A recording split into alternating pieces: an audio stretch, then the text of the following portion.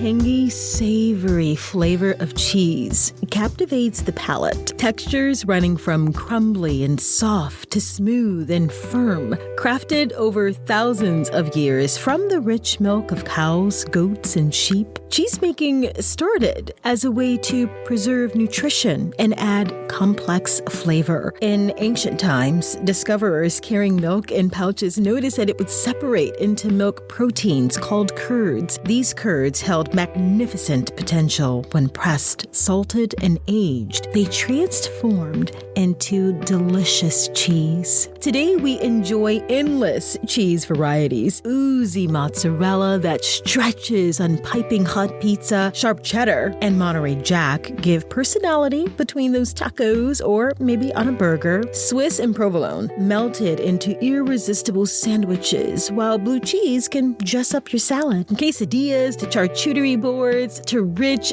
decadent fondues, cheese creatively complements both simple comforts and gourmet preparations alike. Milk is the main ingredient, and if you're lactose intolerant, vegan, or just looking for an alternative, well, I've got just the thing for you. It's time to explore the revolutionary world of Rebel cheese, redefining cheese for dairy-free enthusiasts. This is Living It Up with Lenise.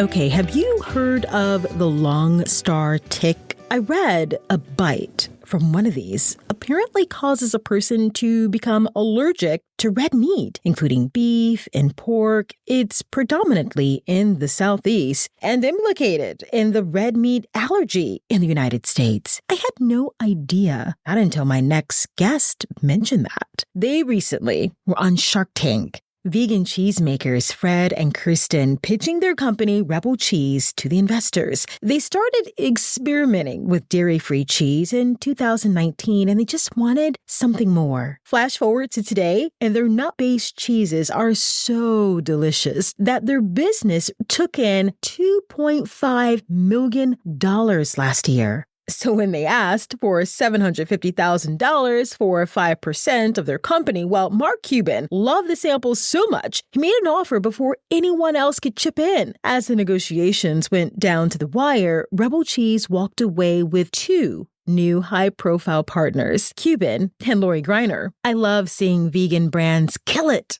I'm curious, how does something like this come together? Let's dive in and find out. So first off, thank you so much for accepting the invitation to be on the podcast. Absolutely. Thank you for having us. I found out about you guys from a friend. I have been plant-based for, I want to say 12 years now. And I live in Lower Alabama. So anytime anyone sees anything about plant-based foods, they always reach out to me and let me know because I'm always looking. And they sent me your Instagram account and I looked at it and literally my mouth started watering.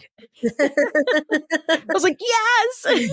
That's what we like to hear. It sounds like we need to send you some cheese to try. That has been the biggest, I would say, I don't want to call it a hurdle, but that has been the biggest challenge in terms of our plant-based lifestyle, especially when it comes to mozzarella. So we're going to dive all into that now. First, I would like for you to please introduce yourselves to people who are listening and tell us a little bit about the inspiration behind Rebel Cheese. Yes. So my name is Kristen Maitland. I'm one of the co-founders of Rebel Cheese, and I'm here with my husband and partner, Fred, and I'm also one of the co-founders of Rebel Cheese. We started Rebel Cheese about 4.5 years ago. We love cheese. It was a massive part of our lives. Met each other about 15 years ago up in Seattle. So we used to have picnics and bike rides at Pike Place Market all the time, but there was nothing similar to that with veganism. So that's kind of what led us along our journey. Everything that we went to go pick up for cheese was either a shred bread or a slice, but nothing that you want to kind of like take to a picnic or a concert or anything like that. And Austin being the musical city it is, we needed that. So that's kind of what led us here. Now, are you two vegan? Yes, we have been for a while now. And it was a transition. We, used to be pescatarian and then vegetarian. And we used to have cheese with every single meal. We loved cheese. We honestly felt like it's what made everything taste good. And when we decided overnight to give up cheese for multiple reasons, we were terrified. We were like, what are we going to do? How are we going to survive? Yes. The struggle is real. It's real. Going back to what Fred was saying, how are we going to have our date nights and picnics and dinner parties? There's really, at the time, there were no charcuterie style cheeses, no artisan cheeses that you could pair with wine or put on a cheese board. So that's when we started experimenting, and we were like, okay, there's hope.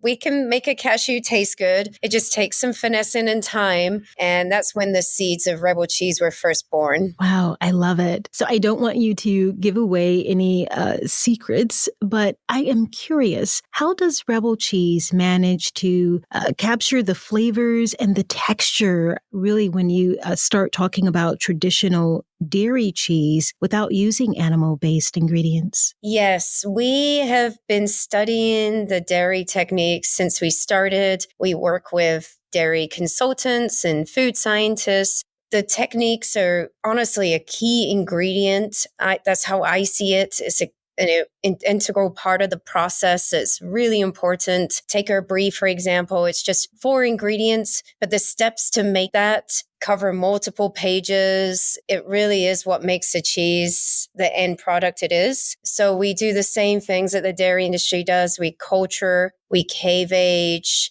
We have our own custom culture blend that we use that we've been refining since we've started. And that is how we've ended up with, a product that has the same texture, the same appearance and flavor as the dairy equivalents. Is all about those techniques. The technique is an ingredient that is very interesting. But it makes a lot of sense. What was the hardest cheese to replicate? Oh, goodness. Well, they've all had their little challenges. We call them our cheese babies. We have a love-hate relationship with them. One minute we love them, the next minute we're throwing them in the trash can because something went wrong. Some of them are in their terrible twos right now. Yeah.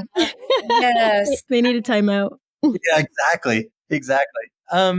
So some of the hardest cheeses to replicate was our brie line, just because it's gone through so many iterations. There was so much stuff that when we first started kind of playing around with it, there was only maybe a half dozen cultures available to us in the vegan cultures. And I guess a little bit of background with that, and not to nerd out too much, but no, please do.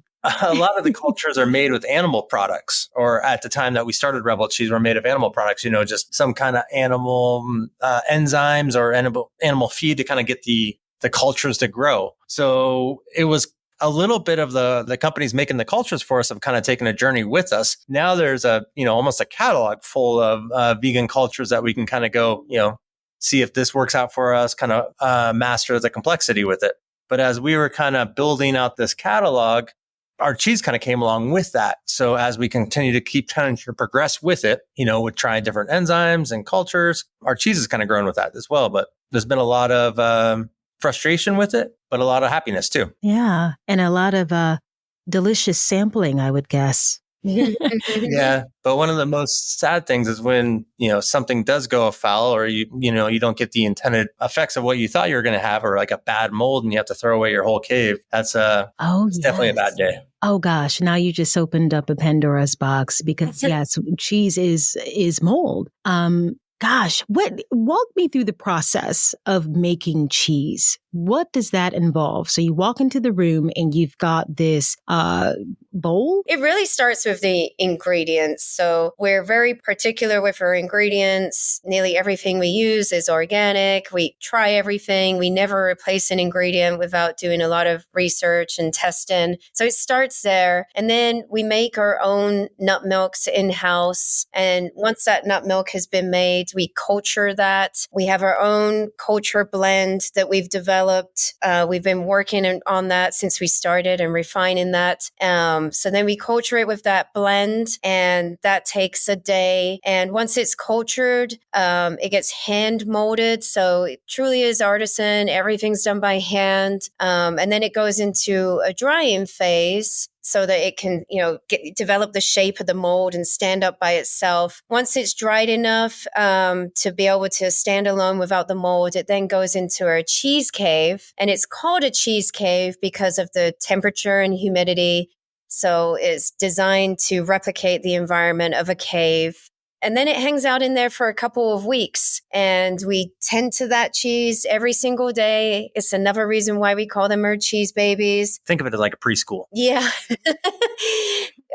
It doesn't matter if it's Christmas Day, New Year's Day, a birthday. We still have to tend to them every day to make sure they're developing as they should. The environment is staying consistent. And if not, make adjustments. The healthy mold is growing and no bad molds are growing. We log every single step. And then once it's fully bloomed in that cave, so that beautiful white rind has developed on the outside, then it graduates from the cave. So it graduates school and then it gets wrapped and is ready to sell. Is this too scientific for you? Because no, I am inviting us to parties. I am soaking it all in, and I'm glad that you brought up, I call it the casing, because I'm curious with brie, that would be very tricky because the center is, soft and the outside is that harder casing. And yeah, I would imagine that is a work of art to recreate. Yes. Honestly, even though that cheese has always been our top selling cheese, we always have tests running to see if we can make it even better. And it's gone through hundreds of iterations at this point. And actually, we just launched a new iteration where we changed the rind, the mold to make it even better. People loved our brie. It's won awards. And we've just made it even better. And there's multiple reasons for that. And the other really kind of cool thing about the mold, the rind, like a little side note, is it's a natural preservative. So it keeps the cheese fresh for a really long time. It's a natural barrier. So we don't have to add any preservatives or anything weird to our cheese. So it's very clean. It's only 4 ingredients. The rind keeps it fresh. And the other thing to kind of note is that as well is there's really no shortcuts you can take with it. It truly is just patience. So from start to finish, it takes us about 15 days for the cheese. But if you start to try to speed up the aging process, and then the rind's not going to turn out. Same with if you try to prolong it, it's just going to be susceptible to bad bacteria. There really is no shortcuts that you can take on it. Now, are either of you a chef or a scientist? I mean, what's your background that you were able to even take this on? Yeah, it's funny because we're neither. Before we started Rebel Cheese, I was in the tech industry. I was a consultant focused on innovation, continuous improvement. So I do have a nerdy side, which just plays really well too. And I love learning and diving into, the manuals and figuring stuff out. And that's basically how we've gotten to where we are. It's been a lot of trial and error. Let's try this and see what happens. Okay, that didn't work. Now let's try this. But also being willing to work with other experts and, soak up their knowledge and ask them questions all the time, every time we get blocked. And then Fred, he's from the construction industry, which has actually been very helpful too. Yeah, I grew up as a carpenter. I started my apprenticeship when I was 16 years old, and I started up a construction management firm before Rebel, but it took me away from Austin about 80% of the time. So I didn't even know what time zone I was in for a lot of times. But that also led me to the realization that there was just no vegan products that you could get, outside the major cities. So that was our desire to kind of create Rebel. And where Kristen is the analytical one of the relationship, I'm more of the, let's just jump before we even look. So that's what kind of led us to start up the brick and mortar Rebel Cheese. And I wanted to do it with my best friend and Kristen. So that was kind of what led us to where we're at today. Yeah, it sounds like you guys have a nice balance, and that's what it takes. In seeking to accomplish this, though, how did you find the right pieces of the puzzle to help you? I mean, it's one thing to have an idea, say, yeah, I want to make a vegan cheese, but then you've got the people to help you do that. How do you find them? Well, our biggest the people that helped us the most were actually omnivores. So once, we try out something, and as a vegan, you really want it to taste like to be the best thing that you ever tried before, right? And to bring back that nostalgic of, a melty grilled cheese sandwich.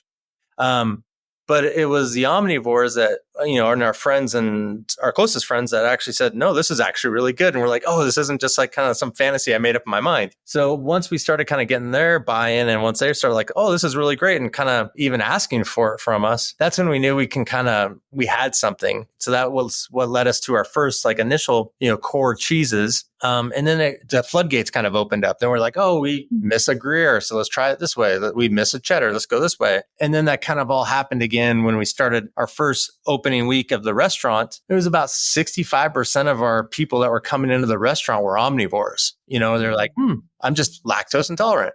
And that's the people, which is our target market, is just the lactose intolerant people, which is about 65% of America. To start the initial recipe development, we studied dairy techniques. I really wanted to bring, I grew up in England, and that was something that was very nostalgic to me. Those cave age cheeses, that was something I yearned and I missed.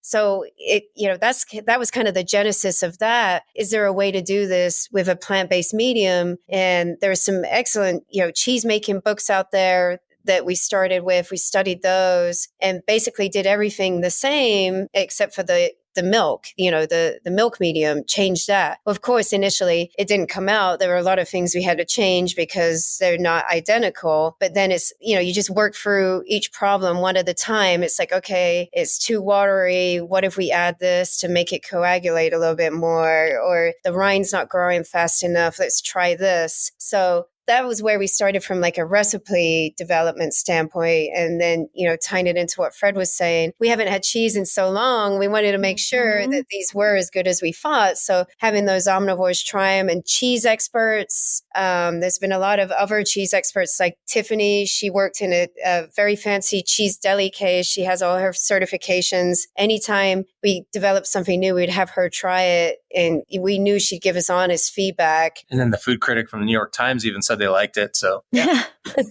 Score. Yeah. Exactly. Have you faced, well, I'm sure you have. Could you talk about the challenges that you have faced in this journey and any misconceptions you've had to correct when it comes to vegan cheese? Some people will say, well, it's got a lot of chemicals in it, so it's not really healthier for you. Yes. How long is this podcast for? Do we have another few hours? Okay. Well, it's interesting. We also have a restaurant here in Austin, a brick and mortar, and we offer samples there. The centerpiece of our restaurant is a deli case, and we import other brands of vegan cheese too. And from day one, except for, of course, during COVID, we've sampled the cheeses. And the reason for that is because you can tell people are very hesitant. They're not convinced that it's going to be good. Is it really going to be what you're telling me it is? So our response to that always has been, just try it. And then decide for yourself. And then the other advantage to that is we've been able to get feedback and see reactions and, refine, from that too. But yes, there's definitely a lot of hesitation. We've done, Vegan Dale, some of the, vegan street festivals. And even there with, a committed vegan crowd, you can still sense a little hesitation. If they haven't tried it before and they don't know who you are, they're like, oh, I don't know. So, there's definitely still some hesitation. Is it really good? Is it truly like the dairy equivalent? So, we've been working on overcoming that. And really the best way is for people just to try it for themselves. And one another challenge of ours in the beginning was, and especially during our recipe development to kind of tie it all in together, is not a lot of people realize, but government regulations aren't meant for vegan cheese. Meaning you can do so much and you have so many, leeways that you can do for like dairy cheese, right? You can have a pH at a certain level for dairy cheese just because there's so much historical data on what you can do with it. But vegan cheese, they took the most conservative, staunch kind of regulations they could potentially take with it. And we actually had to kind of do a case study and prove that, through thousands and thousands of dollars of lab testing that, it is safe. We can kind of flex a little bit just like a dairy brie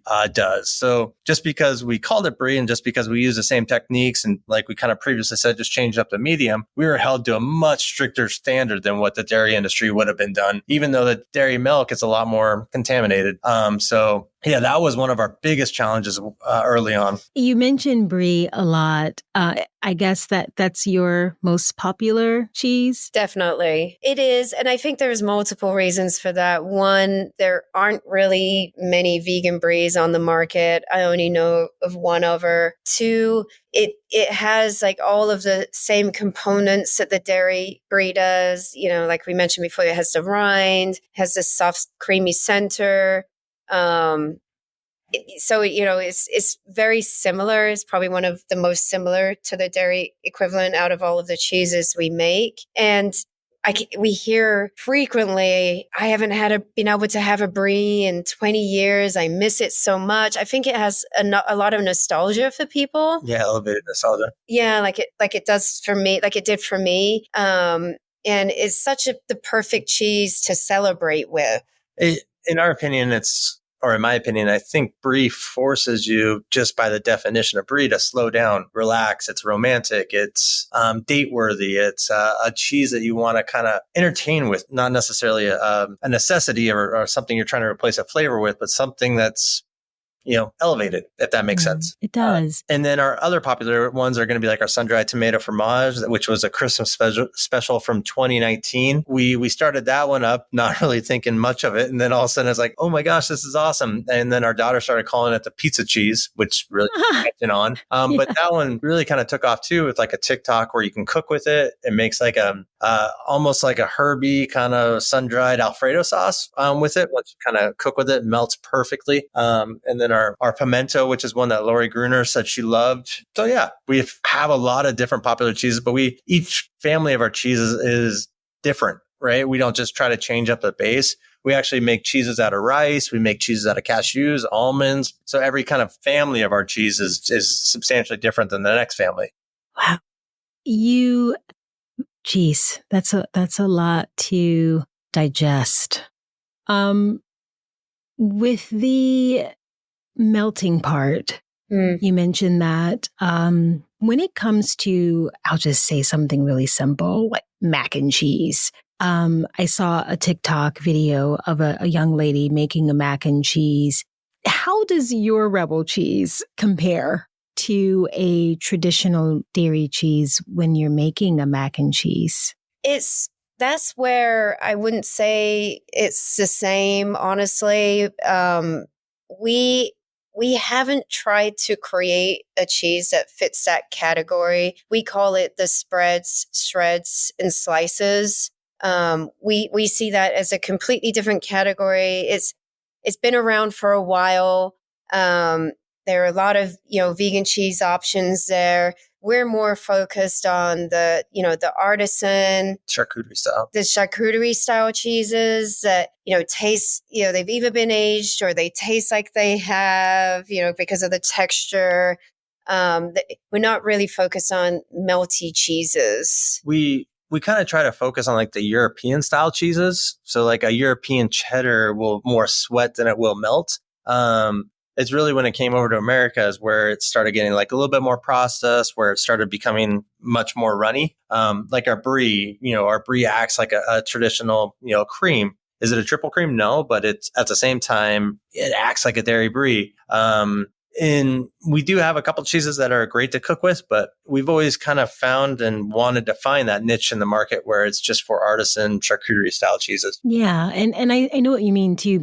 When you are having people sample, and this could just be my pet peeve, how do you feel, or are you annoyed when they compare? Don't you want them to taste to enjoy, as opposed to tasting to see if it's going to match completely as that dairy product?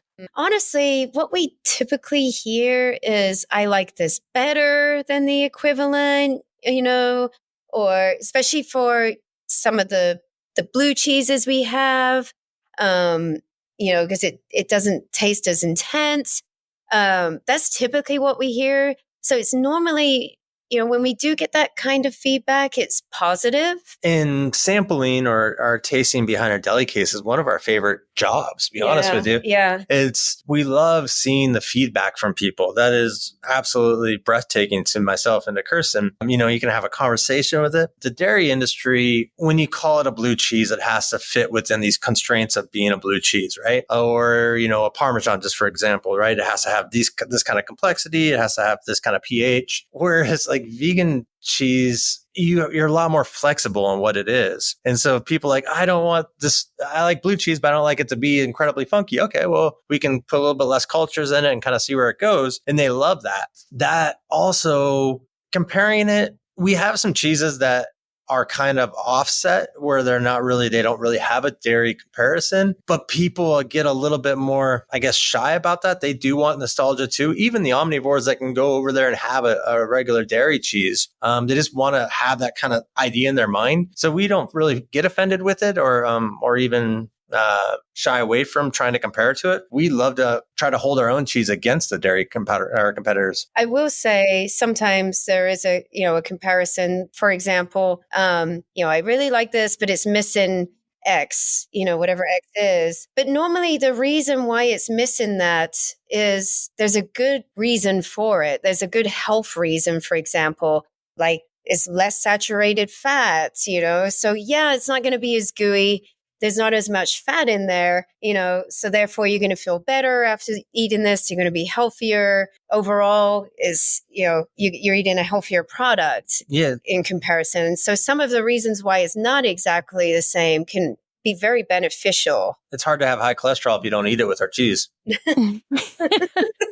Well, since we are talking about comparisons, there are some cheese brands out there on the market. How would you say, or what would you say, sets Rebel Cheese apart from those other brands in terms of the quality or the taste? I'm grateful for all of the brands that are out there. They're all helping, further the vegan mission. And that's at the end of the day why we're here. We help each other out. I've talked to a lot of the other brands. When we get stuck, we're reaching out to each other, even if they're direct competitors. So I will say that, and we carry a lot of them in our restaurant. The key thing, if we're going to compare what sets us apart, it really is making those artisan cheeses at scale. We just moved into our own dedicated 9,000 square foot factory. So we have end-to-end control over all of our products. We make everything in-house. We oversee everything, and we always will. So we have very high confidence in the quality of our products and the consistency. It allows us to continue to innovate because it's all here in-house where we are. That to us is one of our biggest differentiators. It's not only are we making these artisan unique cheeses,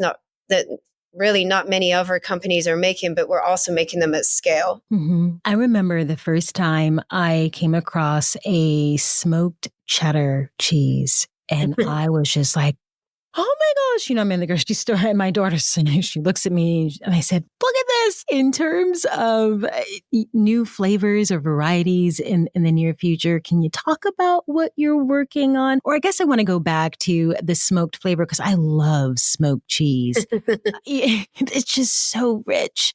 What are your thoughts on smoked cheese? We started in Texas, so liquid smoke is actually illegal here.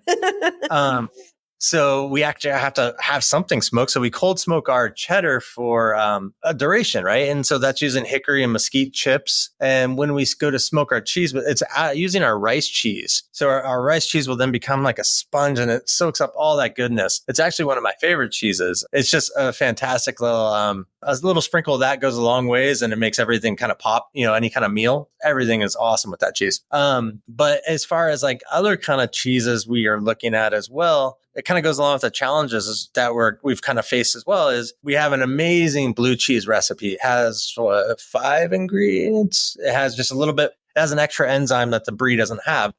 With that being said, is we were struggling in the beginning. It's like, why does our brie keep turning blue? Like, that is not what brie is supposed to do. The waterworks coming out from Kristen. It was a thing. Yeah. And so anyways, we talked to our dairy expert and he's like, how far away is your blue cheese, and your brie? And we're like, they're, neighboring rooms.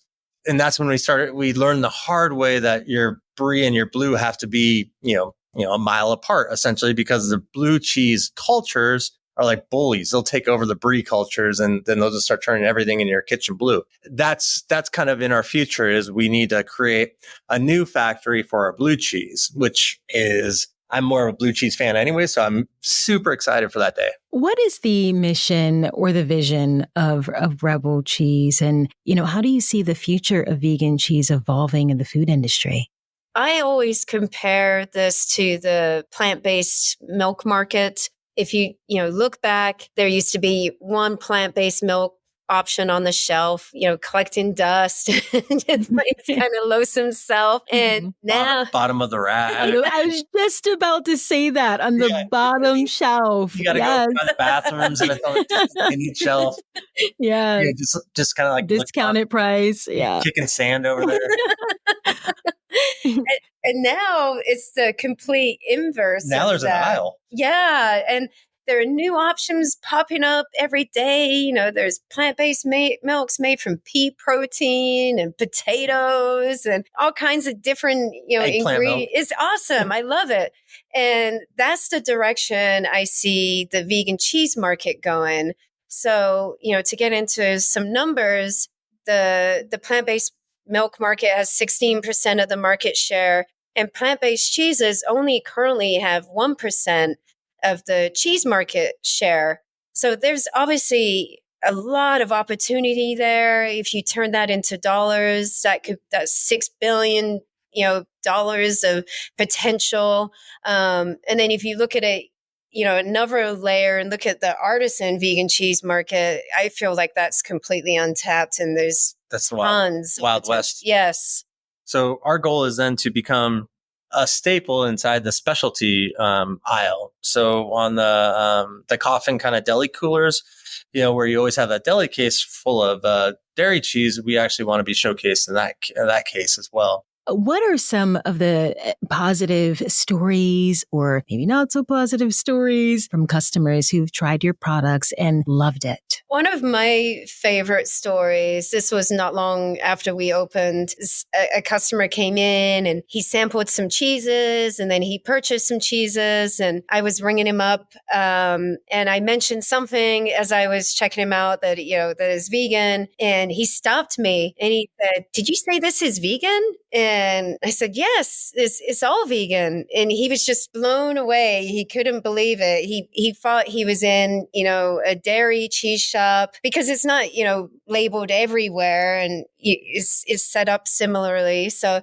not once did he think, when he was sampling all the cheeses, that it was not dairy. And he was just floored. So that was like really cool, because he didn't know, and he was surprised in a good way. And that's always stuck with me.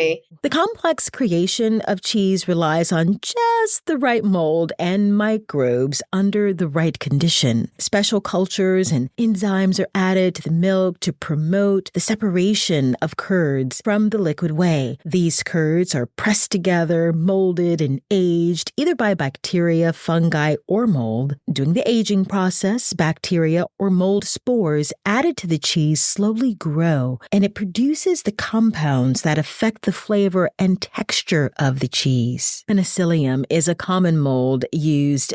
It makes the blue veining in cheeses like Gorgonzola. Soft cheeses like Brie have that white and fuzzy rind from the mold, which gives the cheese that distinctive flavor. It really is fascinating when you think about how all of this works and tastes so good. So you are seeing a lot of success. And one of the reasons why I wanted to do this podcast is to offer encouragement, not to try to convince someone or, demonize not being vegan or plant-based, but to give people the opportunity to know that there are good tasting options out there. And it really is about trying to feel better. And on that note, when you have those ups and downs, those peaks and valleys and being entrepreneurs, for someone who's listening and they're thinking about starting a product or they're in the middle of a valley, what would you tell them to give them that inspiration to don't give up?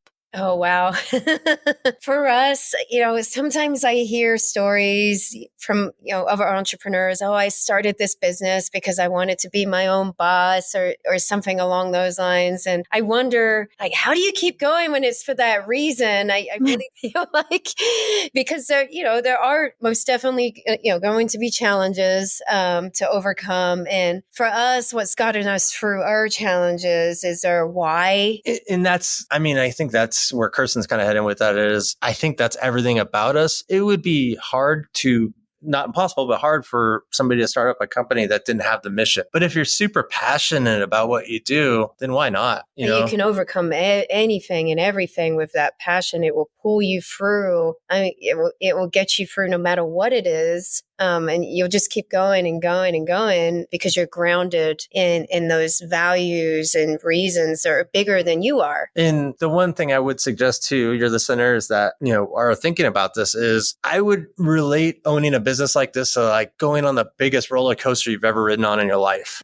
There's going to be the highest of highs and there's going to be the lowest of lows. But even those lows, if you're doing it for the right reasons, for the mission to, offset the world with as much, vegan cheese and sustainable products, then they're really not that low. You can see omnivores, you can see vegans coming together at a table and eating cheese. That's beautiful. And it's kids understanding that there's a choice. It doesn't have to be a craft single, For people who are curious about trying Rebel cheese, can you let them know where they can find your products and, maybe a quick tip on how to incorporate them into their favorite recipe? Yes. The best way to find our cheese is to go to our website, www.rebelcheese.com. We have an e-commerce portion of that site where you can order cheeses and get them shipped directly to your house. We also have a page called Meet the Cheeses, which includes lots of inspiration and ideas on how to use the cheeses in your favorite recipes. One of my favorites is the brie on a baguette. Going back to the brie again, I know, but it's a great simple meal. Just, throw some apple or pear slices on there, or some jam and some arugula or some kind of other green. And then you have yourself a sandwich, a delicious sandwich. It's great for picnics or just something quick to eat. Absolutely. And if any of your listeners do create like a recipe with it, please share it with us. I just want to try to get it out there as much as possible to other people. Every region has their specific foods that they like. So trying to incorporate our food into like a Southern cuisine or, a Northeastern cuisine it would just be fantastic. And we'd love to see it. Thank you, guys. This has been so educational and a lot of fun. I would be remiss, though, if I didn't ask, who came up with the name Rebel? That's a great question. We went through so many iterations. It's funny. It was almost as difficult as coming up with our daughter's name. You finally land on something and then you tell someone and then they go, oh, that sounds like X, and you're like, oh, I don't like that anymore. It took us a really long time. We wanted something really unique that illustrated, that we're innovative and we're doing things differently. We're rebelling against the normal cheese. Yes. Last question. If there is anyone else who has inspired them or has an interesting story, someone they'd love to hear from, and you think I should reach out to them, who would it be? Betsy Foster. She's one of the original people from Whole Foods. but she's been vegan for so long. She's seen everything. And then even trying to get vegan products into Whole Foods and starting movements with that, believing in women entrepreneurs. She's just a fantastic inspiration to all CPG. I call her the godmother of a lot of CPG brands, helped them from very start to help them finding funding for it, which can be difficult, especially for vegan brands. And then and then just kind of keeping with her laurels and trying to maintain things that she believes in. It's very inspirational to me. Well, thank you for the recommendations. I appreciate both of you lending your voice and your time to this conversation. Thank you so much for having us. Yeah, thank you so much for everything. And thank you so much for your podcast. This is amazing. Thank you.